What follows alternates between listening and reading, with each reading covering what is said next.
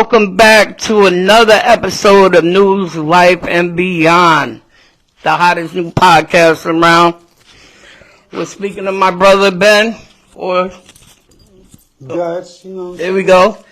Now, you know that we're going to be having this everywhere, right? You give us your permission? Yes, sir. Everywhere. All right.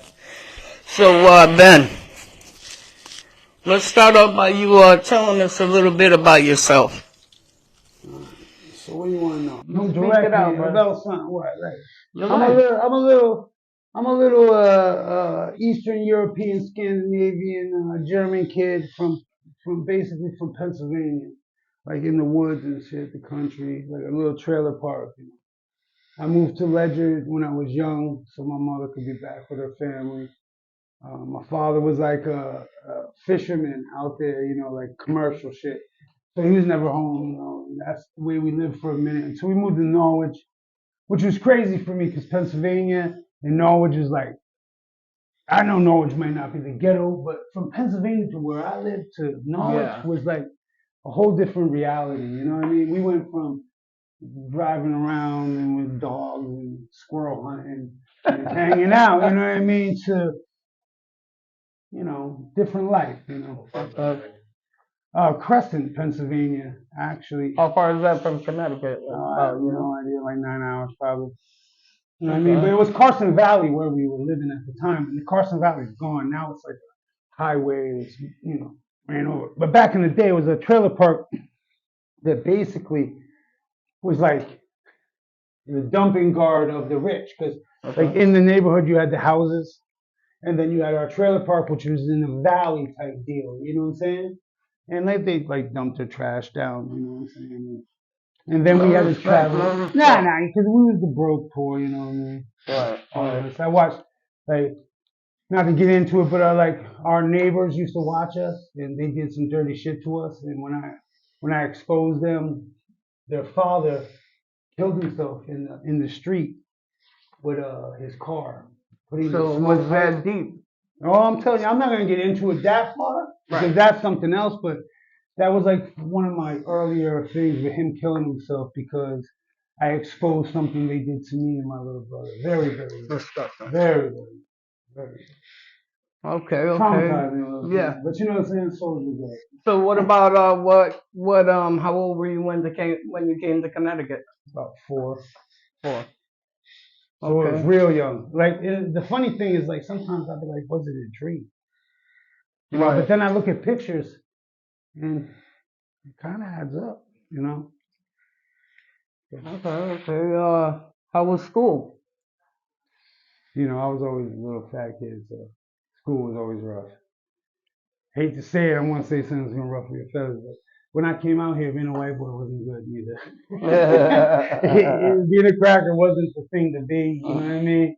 Like, he just wasn't accepted really within my environment. Outside of my environment, you know what I'm saying? But outside my environment, I don't know. But within my environment, we were like less than. You feel me? We were like not the ones.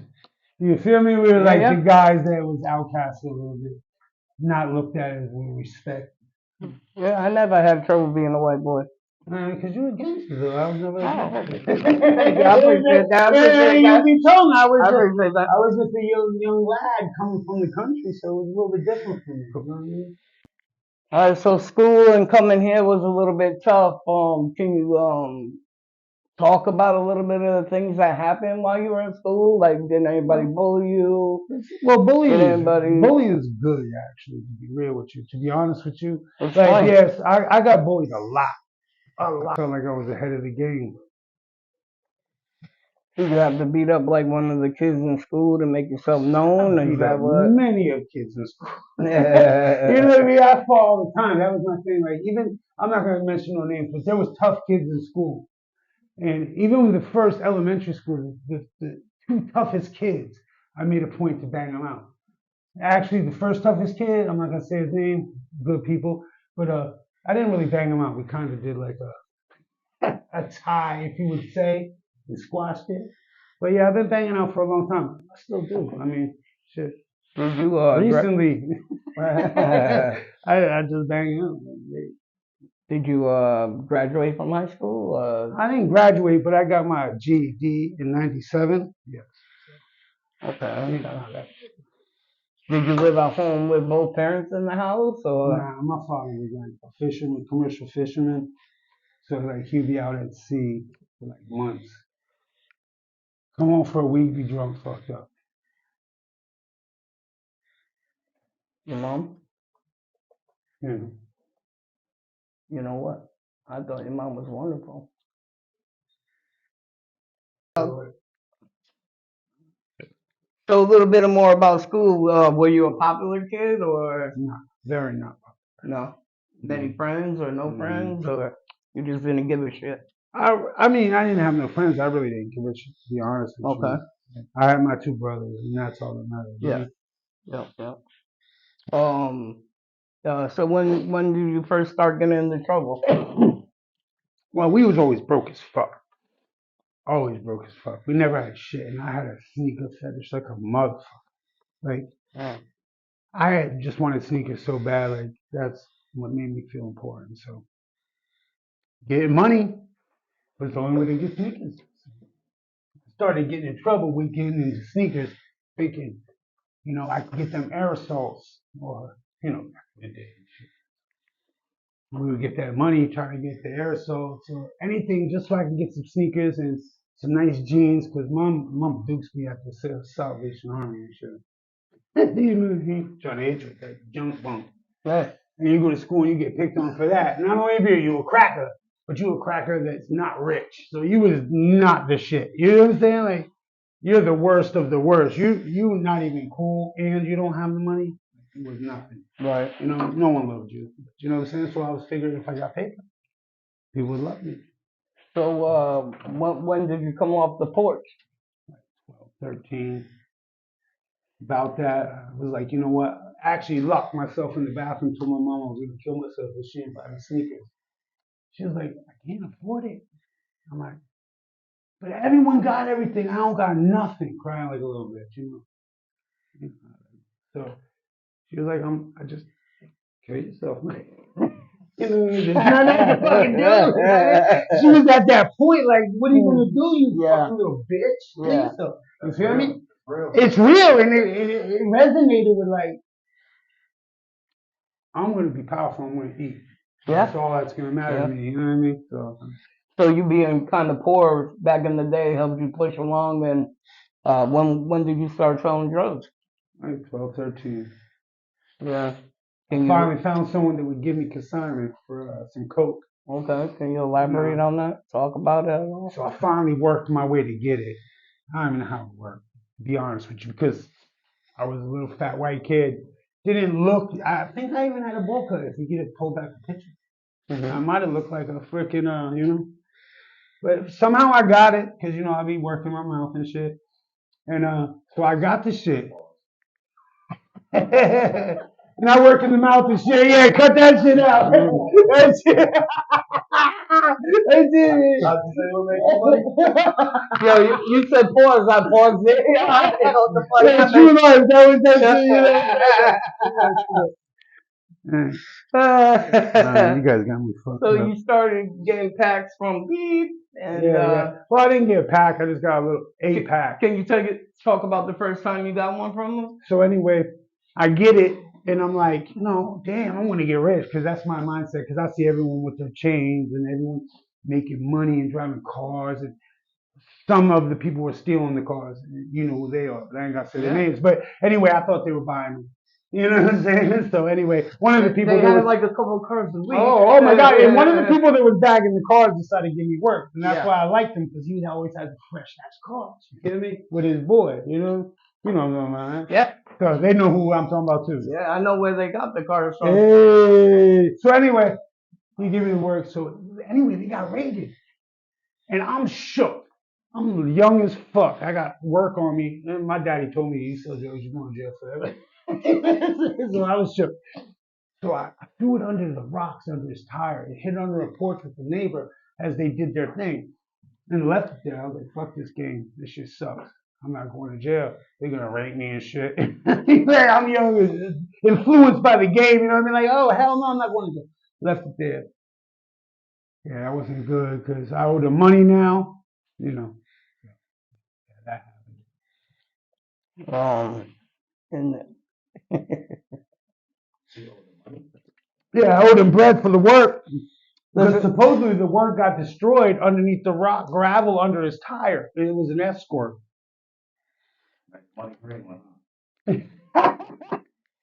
I believe so.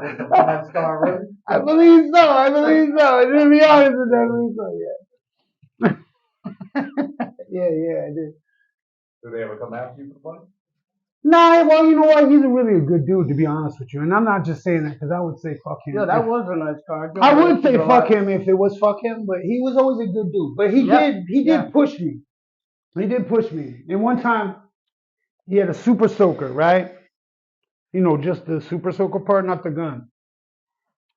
And he ran up on me on the street and he poured it on me and he said it was piss. But I think it was water. You know what I mean? Yeah. I think it was water. I think he was just trying to be so like a show me like, yo, you owe me. And he never fuck with me ever again. But that was like my life back then. You know what I'm saying?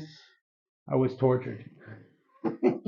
Daily. So while you was making money, what was the whole purpose? Just to buy shoes, or did you want to do something else? Just to get, actually, to be really honest with you, at first it was because I lived on the streets. I started being on the streets and shit. And fucking 40s were great. You know what I mean? Yeah. Getting that 40 in that blunt when you're young and you're out on the street. You used to drink a lot of Schlitz. Yeah. Yeah, $12 a case. The old Eagle down home punches poured in Yep. it, you know what I mean? Hey, people don't believe that I Taking any Yeah, blunt you we could used to do find. that. Sometimes it wasn't even weed, right? You feel me? No, we would hit the spot. I would drink like Crazy bottles. horse. 14 years old, sloshy on Boswell Oh man. with like a 5-pack on me. You know, me and him used to drink a case of Bush and a bottle of Purple Passion. Yeah, 2-liter bottle. So when did you become a king? Yeah, that was a crazy situation, to be honest with you. And why did you become one? To be really honest with you, I didn't like the motherfuckers at all. And I probably shouldn't say this on camera, but I had problems with a few of them. Well, basically one. I'm not gonna say your name. You know who you are, though. You know, I had problems with them, and it's like we had beef, like not serious beef, like killing each other beef, but with like words and like it was stuff like that. And Jake was like a wild one, my younger brother Joe. So he was like a wild one, and I couldn't control his ass. Like, I always try to be like a father to him, control him, but he was like too wild. You know what I mean? So I was going through my issues with trying to survive on Lake Street with you violent criminals. Yeah. You know what I'm saying? Savages and all that shit. So, I was having my problems. And then Jake would do his own thing because I wouldn't let him be around me because I didn't want to influence him. Right. So he'd break off like, fuck you, I'm going to do me. So one day he came home with colors on his neck. Like, yo, I'm all up. And I'm like, what? You bucking? You can't do that. Like, this is an issue. This is a problem. Like, Right. and he's like, yo, well, this is what it is. So I spent a lot of time with him. that's my brother Jake, Yahoo. So I was like, fuck that. If Yahoo's down, Right. so ain't I.